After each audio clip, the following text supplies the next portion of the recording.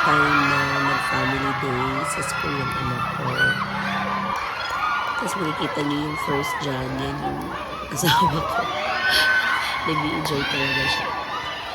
At makikita niyo rin na nandiyan yung mga bata, naglaro, o nakatingin din, chilling sa mga bata nila.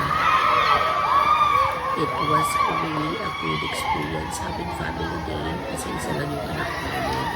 So, very supportive by me. Asawa ko dahil huwag niya sila life from Kumanila.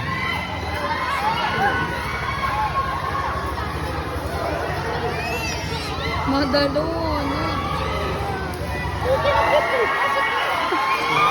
Thank you for watching, guys.